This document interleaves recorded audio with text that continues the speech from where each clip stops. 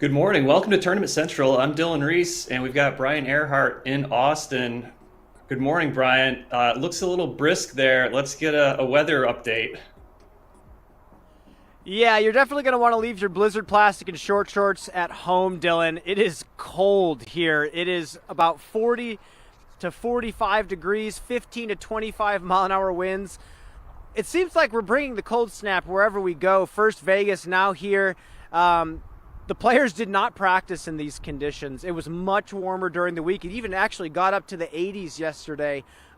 Much better conditions, but the players have played in these conditions before, and it's going to be an exciting day, that's for sure. Yeah, it almost seems like these early season events are always kind of a wild card. I can remember people wearing puffy jackets years past in Vegas and seeing snow. So not really surprised, but obviously not the conditions we're looking for. We're going to jump into just recap some Waco storylines. Obviously, Kristen had the kind of dramatic win, and by all accounts, wasn't really looking sharp the whole tournament, and still managed to pull out the win. I guess, what are your takeaways from when a player manages to win without necessarily playing their best?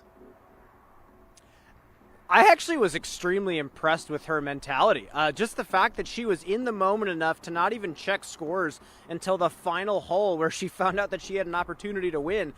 It just says a lot about her ability to just stay in it without having to make a push for the win. Also really shows how good she truly is. Like you said, she didn't really look sharp all tournament, and even during the 9 down that she shot first round, a lot of mistakes were still made. So Kristen is absolutely back. She is still playing at her 100% level. She says that she's feeling some numbness in her arm as of the press conference this week, but it sounds like it's something that she's been dealing with, and I was just super impressed with her ability to stick it out.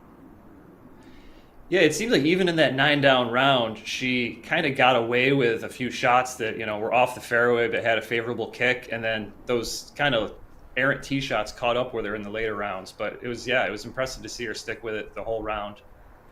We checked in with Kristen yesterday, and she's reflecting on the Waco win. I think just seeing her in that position, the emotions overflowing, and I could tell what this means to her, and just wanting to win so bad. So yeah, of course I recognized myself in her.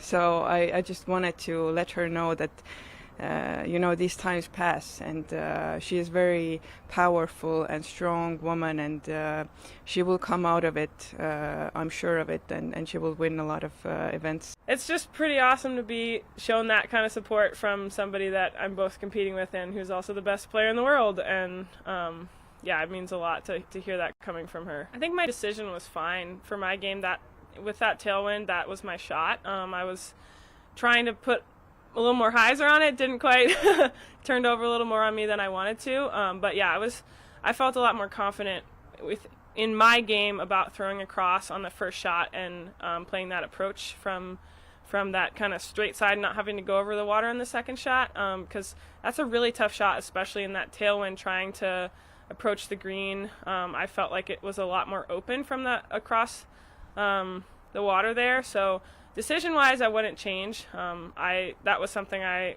really wanted to make sure I did, was stick to my game, because I felt like in the past I've kind of seen other top pros and tried to copy them, and especially with decision-making, and it hasn't really worked out that good. I mean, it's sometimes it's good. It's nice to compare to other people, but decision-wise, I feel totally fine about that decision. I would make it again. I just would try to execute it a little bit better.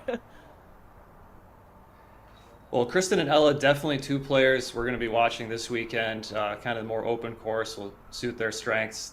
Jumping over to the MPO side, Kyle Klein fought off 20 or so players within a few strokes of the lead, and he put up the hot round. He came from the chase card. Who else are you looking for this weekend to kind of make another push?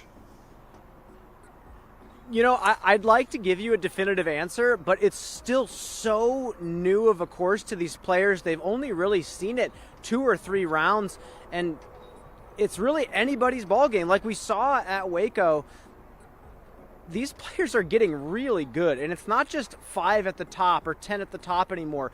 It is all the way down the leaderboard, even missing cash these days at tournaments. You see talented players that can make a push for the top. So honestly, when we look at the layout of this course, 8,700 feet, it seems short, but there's a lot of par 3s out here still, and the par 3s are very long and technical. So I would have to think that someone like a Corey Ellis, someone like Adam Hammes, if he continues to play well, we don't know about Simon Lizotte, Calvin Heimberg. It's got to be someone with a bigger arm that can control the disc up to 500 feet. That is my big prediction for who's going to take down this tournament. Not necessarily because of the sheer length of the course in general, but because of how much precise distance you need to birdie some of these holes. Yeah, on the more open course, and it sounds like it's going to be pretty windy, it's going to be a big advantage to have that extra distance. We're going to check in with Kyle Klein from yesterday at his press conference. I mean, really, it's just executing my game plan that I had going into that round, getting really as many as I could on the holes that were relatively safe to be aggressive on and try to get all those birdies on.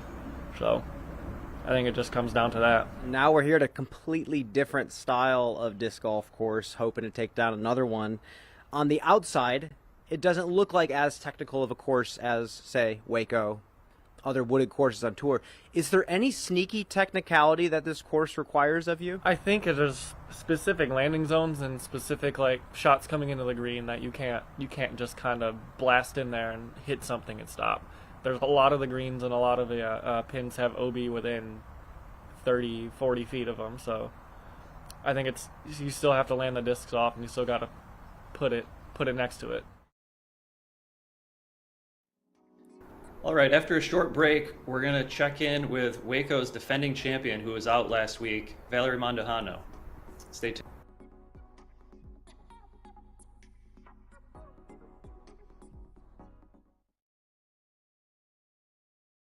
Why disc golf? It's the people. It's fun. It's being in nature. It's the lucky shots. It's the feeling. It's different. It's the challenge. It's the throws. So come out. Grab a disc. Or 2.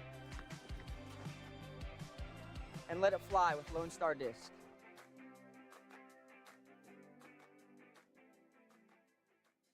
This looks perfect. Off the basket. Now it's rolling. It's headed for the OB. This needs to sit. Oh my goodness. It's safe. Right on the line. She's going to have about a 30-foot putt for the win. Okay, here we go. The putt is up. Boom, it's in. Strong side with authority. What an incredible moment. Yes. What makes the Halal Guys so deliciously different? You might have heard of our famously long cart lines in NYC fans happily stand in. Today, with over 100 plus restaurants across the globe, we are your place to experience authentic American halal. Enjoy our delicious falafel, Euro sandwich, platters, and sides topped with our famously flavorful white and hot sauces. Order online today and taste how we make different so delicious.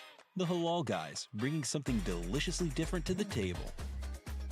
I just think the plastic is very premium. It's a high quality material. The way the disc feels in my hand. I think it's the quality of plastic. It's unlike any other plastic that you'll find in the industry. The quality is better than any other company out there. Again, just consistent plastic. It's something I can consistently trust on every single throw. There's so many discs to choose from, and I guarantee if you tried every disc in the lineup, you're gonna want to put multiple discs in your bag. It's extremely high quality. You can only say so much, they have to eventually just try it themselves and see. Welcome back to Tournament Central. Sadly, Waco's defending champion, Valerie Mandujano, is going to miss another event with her kind of ongoing injury that's been plaguing her. Brian, do you have any sense of how long this is going to last? Is she at 70%? Is she at 90%? I guess, can we expect to see her next week, or is it going to be longer than that? Yeah, these injuries are frustrating, and coming, being as somebody who's broken their foot during the middle of a season, there's so many moments where you think you're good to go out and throw again, but there's always fear in the back of your mind. Am I going to re-injure it? Is it just walking that feels okay? Is planting going to be something that makes it even worse? There's a lot of uncertainties when you're dealing with an ankle and foot injury. So you can't really be too sure. And especially being on the road, it's not like she can go to a doctor consistently and have regular checkups to see if everything's okay. So I hope she continues to play it conservatively. We haven't heard word of when she's going to come back next, but we really hope the best for her. And it's really sad to not see her out here. And again, she didn't get to defend her title at Waco this year, and she was devastated. She said it was even hard for her to go out and watch. But again, she's a great champion, had a great season last year, and a lot of us are anticipating her coming back soon. Yeah, Brian, talk more about that. She's just got a new sponsor. She's in her home state. This is where she kind of popped off last year and, her coming out party, so to speak. And you talk about the disappointment involved in kind of missing this stretch. Well, I think Discraft's very proud to have her and her sister on the team. I think it was a great sign from Discraft. Two young players that are really solid throwers that have great overall games. They're going to be good for a very long time. And I know the people at Discraft very personally, playing for them for a number of years. They care so deeply about their players, and they want them to have a long, sustainable career. So there's no disappointment from their side to her. She even mentioned at the Waco press conference that they have been so supportive of this for her. They have made sure they can give her every resource that she needs to get back to 100%. So, yeah, it's disappointing that she's not going to get to play in her home state, but I mean, when she has 5 to 10 years of playing extremely solid disc golf ahead of her, this is really not that big of a deal. This is a drop in the bucket, and I'm glad that she's not pushing it too hard. Yeah, it's kind of a good progress to see that she's got enough support that she's able to take, a few weeks or a month off and kind of still be on the road and have that support. We're going to take a quick break, and when we come back, we're going to have a course preview.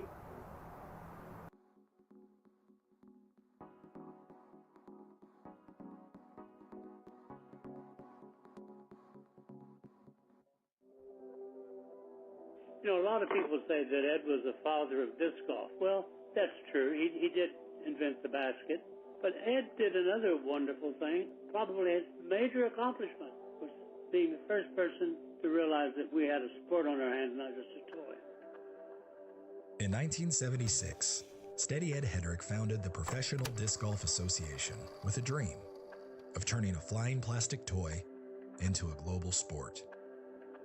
Since then, the PDGA, members, players, event directors, and volunteers have worked to realize that dream.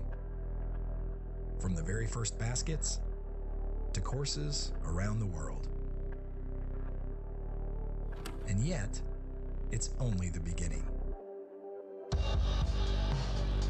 We're looking to the horizon with even bigger dreams for tomorrow. Why disc golf? It's the people. It's fun. It's being in nature. It's the lucky shots. It's the feeling. It's different. It's the challenge. It's the throws. So come out. Grab a disc. Or two. And let it fly with Lone Star Disc.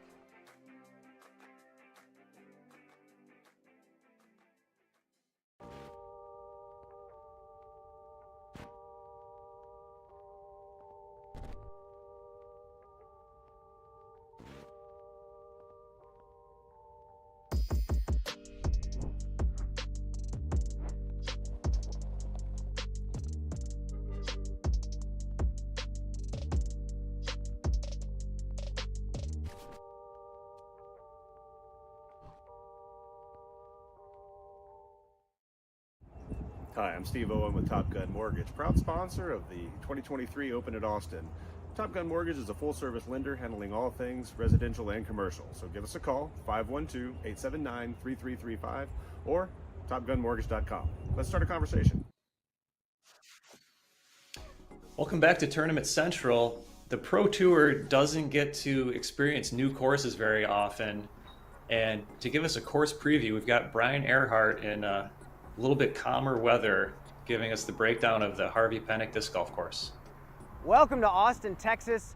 We're at the Harvey Penick Golf Campus, a new disc golf course, and with it, a new Elite Series event on the Disc Golf Pro Tour, the Open at Austin, presented by Lone Star Disc.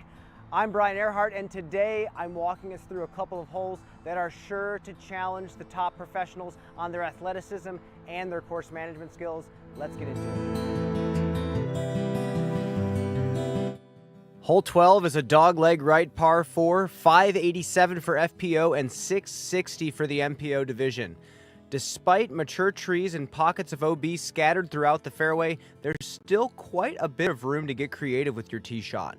Playing to the short right side gives a high percentage of safety off the tee, but it's likely followed up by a low ceiling and potentially blind shot on the second, while going aggressive and pushing through the middle tree line to the far side of the elbow gives a much cleaner look at the green. We could see a variety of air shots and even rollers on this very challenging 12th hole. Hole 16 is a 515-foot par 4 for both divisions. The bigger arms now have an opportunity to use their speed and angle control to their advantage to grab an eagle late in the round. The tree directly in front of the tee pad forces the player to make a decision early.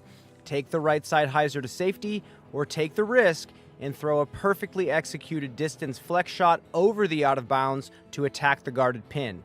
If someone's attempting to chase down the leader coming down the stretch, this hole could produce some serious highlights. All of the competitors are going to be seeing this course for the very first time this week, so their abilities to adapt and learn on the fly are going to be heavily challenged out here. It should be an exciting week of disc golf yet again. For Tournament Central, I'm Brian Earhart.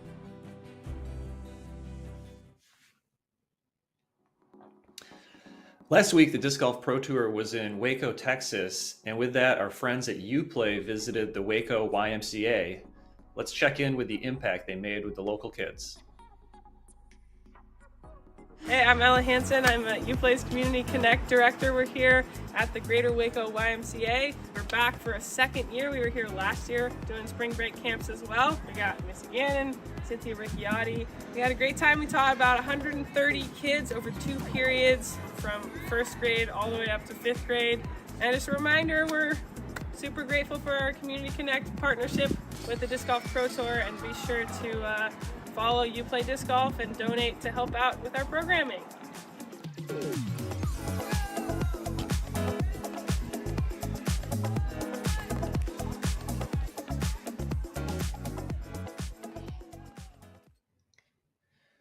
After a quick break, we'll check in with our MPO chase card.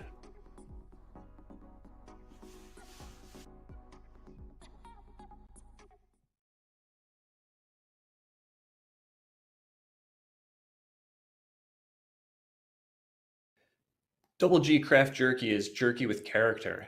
It's truly the best beef jerky in the world. They offer an incredible selection of flavors that range from classic flavors like teriyaki and original to extreme like hot boom sauce and smashed cracked pepper.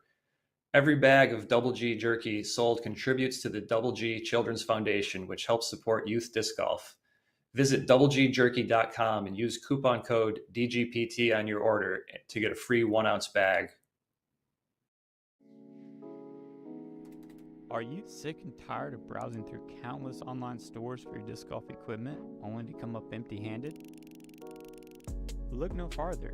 At Tintin Discs, we have a vast selection with pictures of each disc so you can find the exact one you need.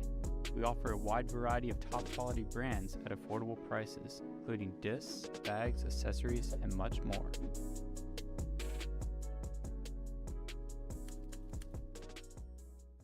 Hello, we're Kenna. We're a Dutch growing company. We love plants and we want to tell you some cool things about them.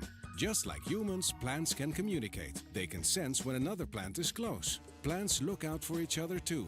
They warn neighbors about nearby threats by secreting substances. And studies have shown that plants love a good tune. We love and understand plants. Let our passion excite you too.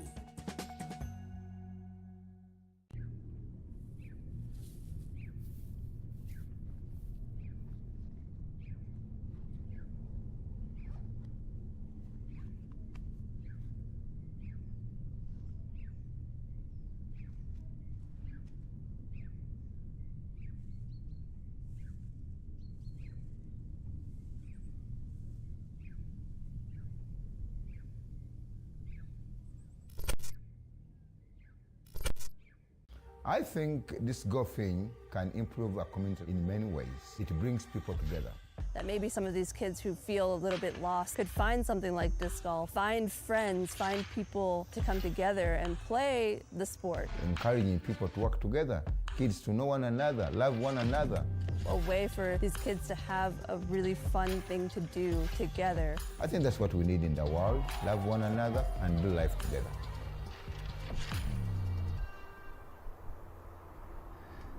Welcome back to Tournament Central. I'm Dylan Reese, and we've got Brian Earhart in Chile, Texas. Brian, we're going to check in with our MPO second card, and we're going to touch on Simon, who's making his return after sitting Waco out.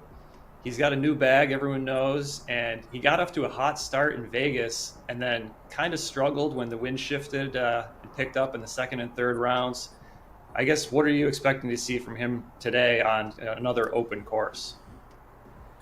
Yeah, I mean, you never know. I heard rumors all over the place in Vegas that he was really kind of grabbing and rubbing his elbow during that final round that shot him down the leaderboard to 47th. And we don't know what that is. You know, he might have been stretching. He might have just been sore from throwing so many shots, learning a new bag, and doing so much media in the off season. And maybe this rest between Vegas and now is exactly what he needed. So, really don't know what to expect from Simon right now. At the All-Star event, he looked fantastic. He was throwing the disc so well, shot such a nice round during the singles. So clearly his skill is still there. His speed is absolutely still there. Really, if there's any tenderness in his elbow, like people were speculating at Vegas, it really depends on the direction of the wind out here this week.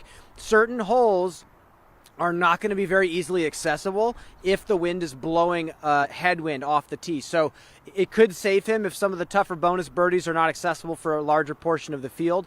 But really, it's a grab bag. You know, we haven't seen a lot from him, and he showed some moments of brilliance in Vegas too. So we'll just have to find out.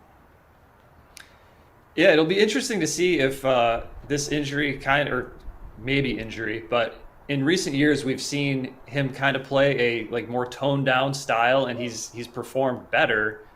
And on a course that no one really knows, it might be to his advantage to kind of not have to go for those huge bonus birdies and play a little safer on a course that he doesn't know very well. Yeah, exactly. I think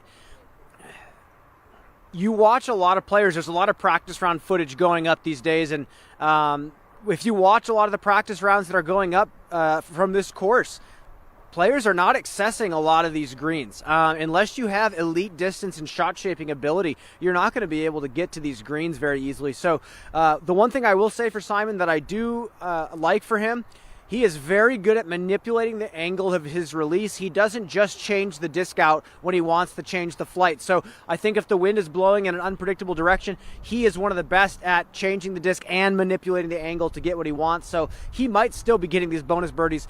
Obviously, we're speculating about the elbow, but again, he's had plenty of time to rest. He showed up here, which means he is feeling ready to go. I think it should be an exciting week to see him out there on these feature cards. Yeah, you touched on it. He's obviously known as like one of the top power throwers of all time, but he's also clearly one of the best touch shot throwers as well. The putter up shots and the trick shots and whatnot.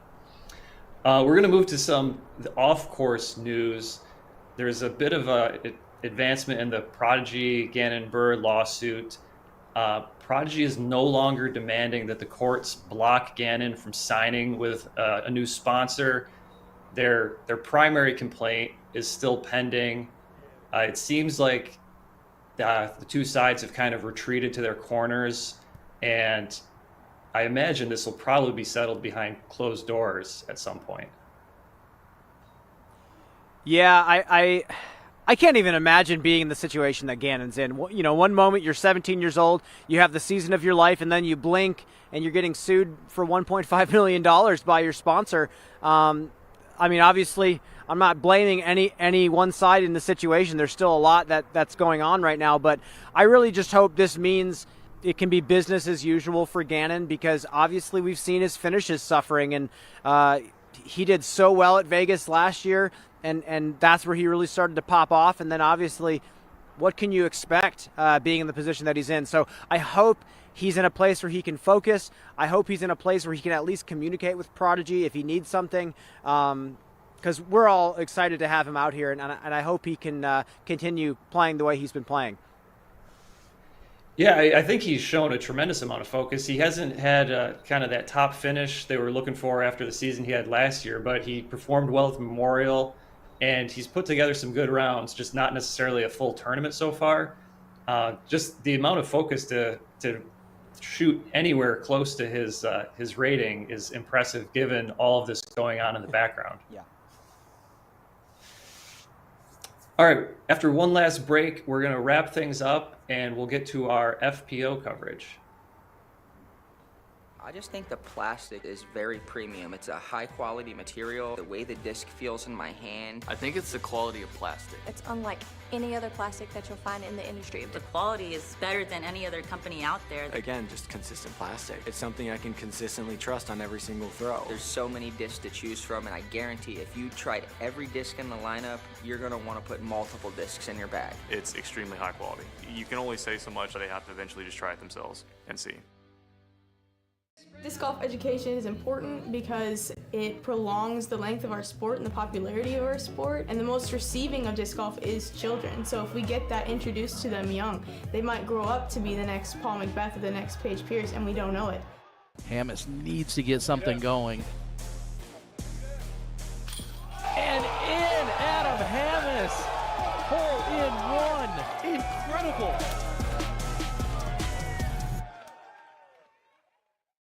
For over 2 decades, First Tee has created experiences that build character.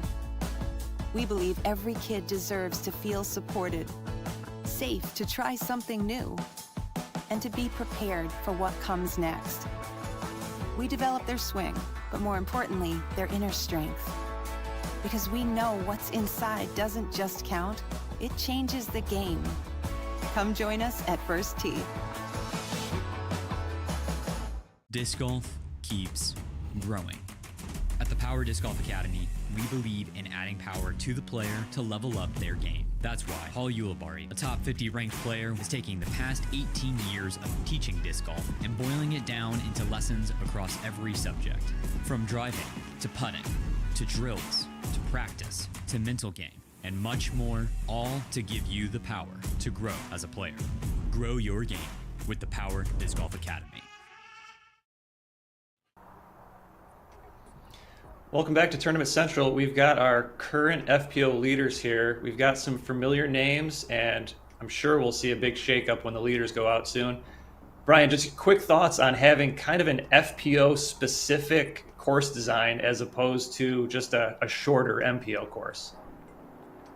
Well, it's refreshing, especially on a golf course that, you know, these get criticism every time we have a tournament out here. And then also new courses get criticized heavily every time we have a tournament out there. So a new course on a golf course, it's refreshing to hear that the FPO players really do enjoy playing this course. A lot of players have said it's grown on them each round that they've played out here. So every time you hear that, this is a great FPO course. The field likes it. It's going to be another fantastic week of disc golf. I can't wait to see how the players are doing out there.